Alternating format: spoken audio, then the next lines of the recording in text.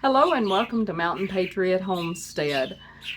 It is not quiet around here this afternoon. I have got purple martins that are teaching babies to fly, so they're all happy and excited, and they've got the sawmill cranked up back there, got it going, and it has just been a whirlwind of activity on this first day of June.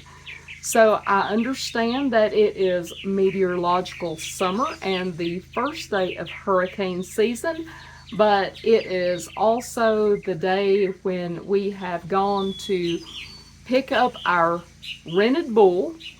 Yes, you heard that right, our rented bull. And just thought I would share with you a little bit of video today of our trip to go pick up our bull. We started out at 5 o'clock this morning, getting ready, taking some calves to sale, and rearranging some cattle. And then we drove to Walnut Grove, Missouri, which, if any of you are familiar with the Laura Ingalls Wilder series, you will know that is one of the homes that the Ingalls family occupied. And but that's not where we picked up the bull. It's close by, but we didn't get Laura Ingalls Wilder's bull, but it is a bull rental place up there. And the reason we pick up the bull and rather than own a bull, we've done both, but we have for a number of years now have rented a bull. And just to explain to you why we do that rather than choose to own a bull, for one thing, bulls eat a lot. You can imagine they're large animals, they like to eat. During the summertime, we have plenty of grass here, but during the wintertime, whatever animals we have here on the homestead have to be fed. And bulls can put away a lot of groceries, and once they've done their whole reproductive thing, we really don't have a need for them. So, overwintering a bull is very expensive, and we also make sure that all of ours are kept healthy. And we have a routine that we do to make sure that everybody has, fly coverage and have things for pink eye prevention and just whatever we need to do to keep our animals healthy. And when we have a bull here, we're doing the same thing for it as well. So, that is one reason why, is just the cost of maintaining a bull year round. The next reason, and a very important reason, is if you have a bull here all year long and you don't have a separate place to house that bull, that means your cows can be bred year round and you have no control really over when you're going to have calves. You'll have calves all year long rather than in a certain time span that is optimum for them. What we like to do is have our cows bred where they will have, that's the goats that you hear, where they will have their calves in anywhere from March, April, May, even into June is okay. We don't like it when they are calving in the dead heat of summer, and we don't like them calving in the bitter part of winter. We like it where the temperatures are moderate, and it just seems to produce healthier babies, and it is just healthier for the mothers. So that is another reason that we would rather rent the bulls than have one year round, because we're not a commercial operation here. We don't have a large number of cows that need servicing. So just renting the bull works well for us. Another reason is we can, every year, if we choose to get the same bull, we can notify them and we could get the same bull if we'd want to. But something we do like to do is get the bulls that are anywhere from 18 months to 2 years old that are smaller framed. They're going to get larger. By the time we have this bull and he's been here for just a few months, he's going to be much larger than he was when we first got him. They're like teenage boys that just bulk up, and he over the course of the next several years, he will get quite a bit larger. We try to prevent putting large bulls in with our cows because, for one thing, you can have large birth weight calves, and we don't want that. That's where you get into problems with calving and having to pull calves because the calves are too large for the birth canals or for their mamas, and then you have problems and have to call in vets, or you have to intervene yourself. Low birth weight calves are optimum because it is better for the cows. It's less discomfort for the cows. It produces healthier babies, and we are truly, these cows here, they're here for our use. They're here for meat purposes. They're here for selling. But while they are here, no matter what animal it is that's here on this home place, we try to keep it as healthy and happy as we can do. I apologize. Again, that's the sawmill going in the background, which is a good sound. That means it's working. So that's good. That means projects will be coming in the future, and I'll share those with you. But the low birth weight calves are another good reason for bringing in the smaller bulls, and also bulls that are proven to throw smaller babies. Another reason is if you bring in a 2,000-pound bull and you put it on your 18-month-old heifer that's going to be smaller framed, and you throw them in there together, the young heifer can end up being injured by a bull that's too large. It can cause serious injury and sometimes even result in the heifer being put down if she gets harmed. And so that's why we don't want large bulls in with our cows and heifers.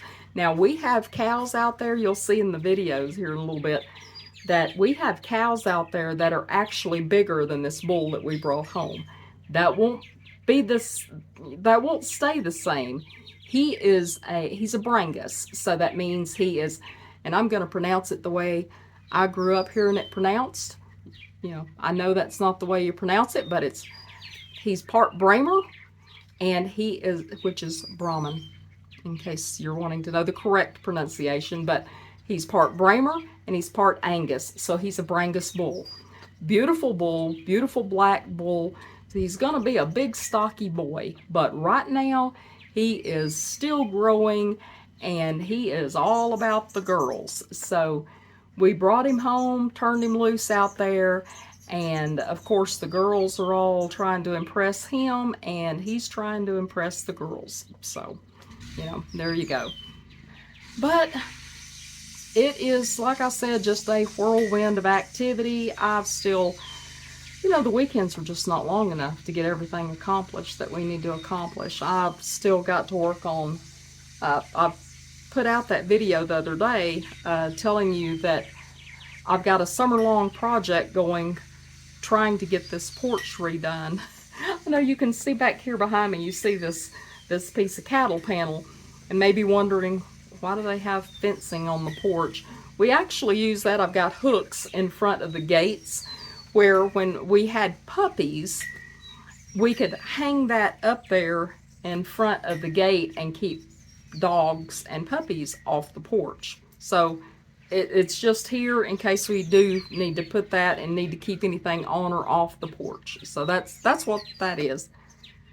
But I'm still doing the railings, the top railings. I showed you the little short the other day where I had started sanding these railings, the top railings.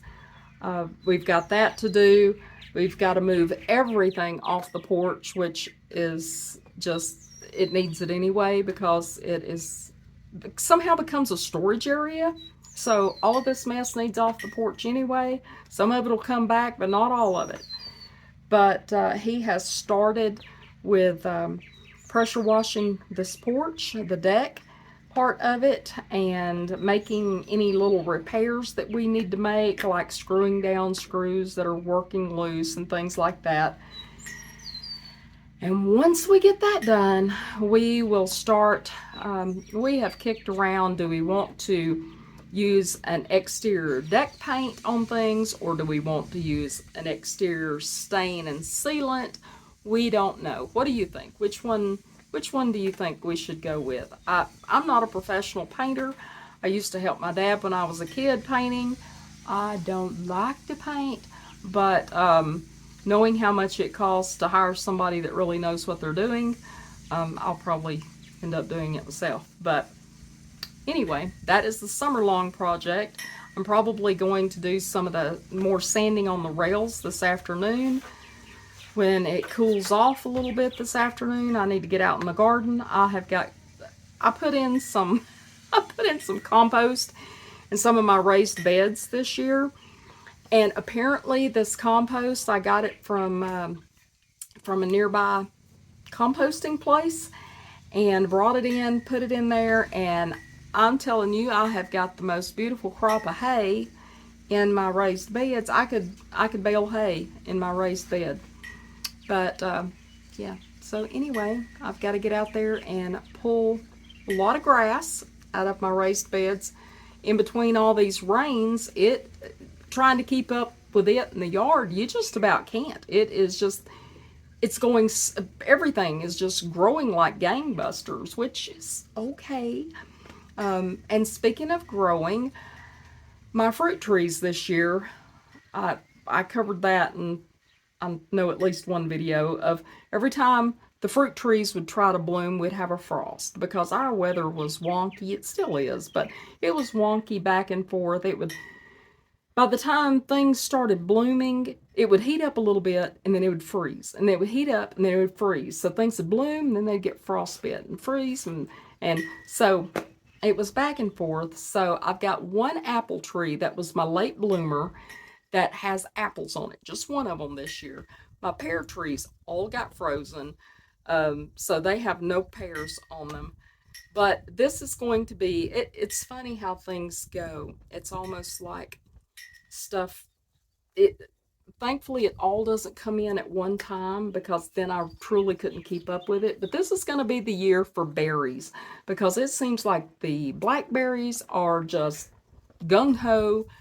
The elderberries, this is only I think the second or third year that I've had elderberries, because the first year I planted them, and that was year one. They were just tiny. And last year they had grown some, but they still weren't huge. I was still taller than they were. And I got a couple of little heads of berries off of one of the elderberries. This year they kept getting froze back, but maybe that helped them. I don't know. I don't know that much about elderberry, but they got froze back. And now I've got these two elderberry bushes that are just solid elderberry blooms. So I think I'm actually last year I only had enough to make a little bit of elderberry tincture. This year, I believe I'm going to have enough for some elderberry jelly. So I'm excited. I love elderberry jelly. So I'm looking forward to that. My grapevine, I've got one grapevine. I used to have two. The other one kicked the bucket.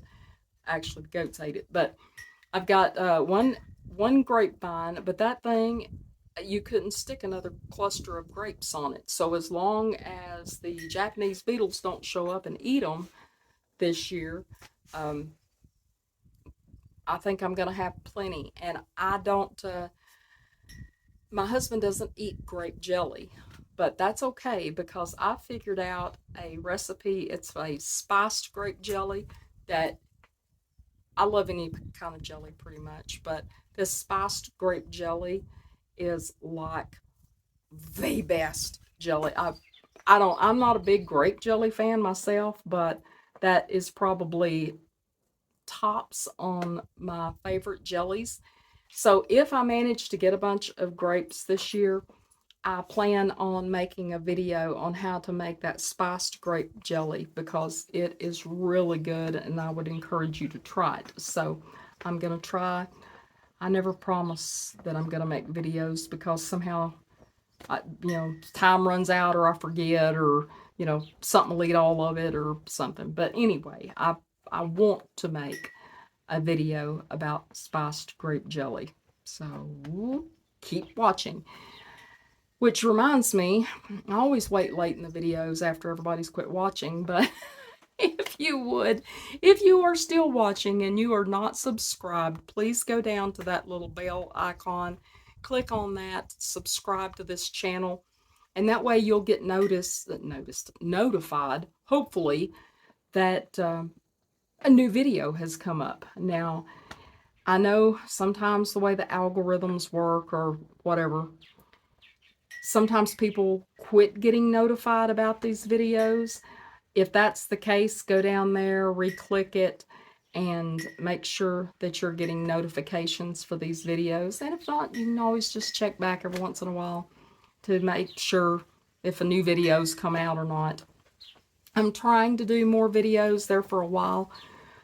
I was only getting out like one a week. I'm trying to at least get some shorts out just to let you know that I'm still alive and we're still kicking here on the homestead. But sometimes time and life gets in the way. So, again, no promises on when I can get things done, but I do try. Well, I guess I will hush talking. Gonna put on some video just to show you, a little bit of what we done today, a little bit of the excitement and the Romeo and Juliet going on out in the pasture. But I do hope you are having a wonderful start to your June, that you are safe and you are happy and that you are blessed. I do hope you come back. I hope you've enjoyed this. I love y'all, and I will talk to you again real soon. Oh, aren't you a pretty boy? He's a good looking lad. He is pretty. Yep. Come on, buddy. Those are good babies. I think you'll love the kids out of them. Come on, Bubba. Come on. Think about it. Come on.